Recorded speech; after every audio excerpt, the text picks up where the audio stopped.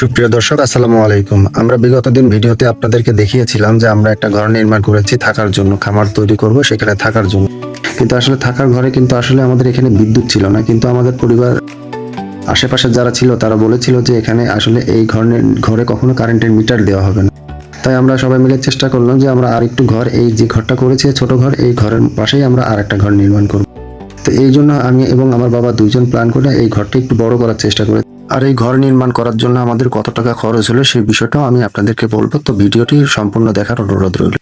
তো আমরা ভিডিও শুরুতেই বলবো যে আমাদের এখানে যে ঘর নির্মাণ করার জন্য আমরা যে বাঁশটা কিনে নিয়ে এসেছিলাম, এই বাঁশটা মাত্র 1200 টাকার বাঁশ কিনেছিলাম আমাদের এলাকা থেকে। এবং আমাদের এখানে যে কাঠগুলো দেওয়া হচ্ছে, আসলে এই কাঠটা আমাদের কেনা নয়, কিন্তু আমাদের ওখানে যে বাগান ছিল সেই বাগানে নিজেদের গাছ এবং নিজেদেরই কাঠ।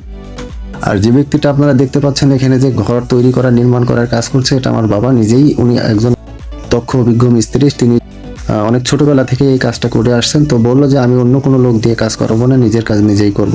আর আমাদের এখানে যে সিমেন্টের খুঁটিগুলো লাগানো হয়েছে, আসলে এই সিমেন্টের খুঁটিগুলো আমাদের এলাকা থেকেই কেনা। আর এই সিমেন্টের খুঁটিগুলোর রেট নিয়েছে আমাদের কাছ থেকে 30 টাকা ফিট। অর্থাৎ যত বড়ই নিন আর যত ছোটই নিন, ফিট হিসেবে নিলে এখানে 30 টাকা 32 টাকা, যার কাছ থেকে যেমন নিতে পারে এলাকা হিসেবে দাম। আর আমাদের এখানে কাটা লেগেছে মাত্র 100 টাকার কাটা কিনেছিলাম আমরা।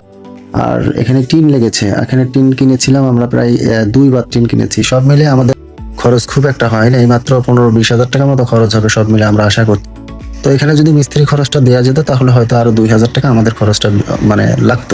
প্রথমে আমরা যে ঘরটা নির্মাণ করেছিলাম, আমাদের ঘরের টিনের মাপ ছিল হচ্ছে 8 ফিটের টিন। পরবর্তীতে আমরা 8 ফিটের টিন দিচ্ছি, কিন্তু আমাদের বারান্দাটা হবে 9 ফিটের টিন। কারণ আমাদের এখানে প্ল্যান পরিকল্পনাটা ছিল, আমাদের এখানে যে ঘরটা পরবর্তীতে করতেছি, এই ঘরে আমরা চিন্তা করেছিলাম যে গরু খড় এবং ঘাস কাটার জায়গা করব। কিন্তু পরবর্তীতে আমরা চিন্তা করলাম যে আমাদের গোয়ালটা অনেক বড় হবে, তো সেই ক্ষেত্রে আমরা এত গরু একবারে তুলবো না। তাই আমরা এখানে চিন্তা করছি আমরা ছাগলের জন্য এখানে মাছা সিস্টেম করে আমরা ছাগল রাখবো, আর গরুর ঘরের মধ্যেই আমরা ওখানে খড় এবং ঘাস কাটার জায়গাটা করে নেব।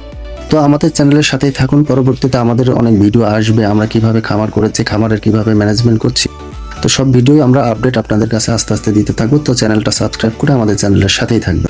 তো আরেকটা বিষয় আপনাদেরকে জানিয়ে রাখি, আমাদের যে টিনটা এখানে লাগানো হয়েছে এটা মাত্র 225 মিলির টিন। এর থেকে ভালো অনেক ভালো টিন আছে, কিন্তু আমার বাবা যেহেতু অভিজ্ঞ মিস্ত্রি বললো যে না, এখানে বেশি দামের টিন বা বেশি মোটা টিন না দিলেও চলবে, কারণ আমাদের এখানে এত ব্যয় করা যাবে না। কারণ আমরা একটা জিনিস মাথায় রাখি যে আমাদের যে বাজেটটা দিয়ে আমরা ব্যবসা শুরু করছি, কিন্তু এই ব্যবসার টাকাটা পুরাটাই যদি আমরা এই খামার নির্মাণ কাজে শেষ করে ফেলি, তা আসলে পরবর্তীতে আমরা খামার পরিচালনা করতে পারবো না।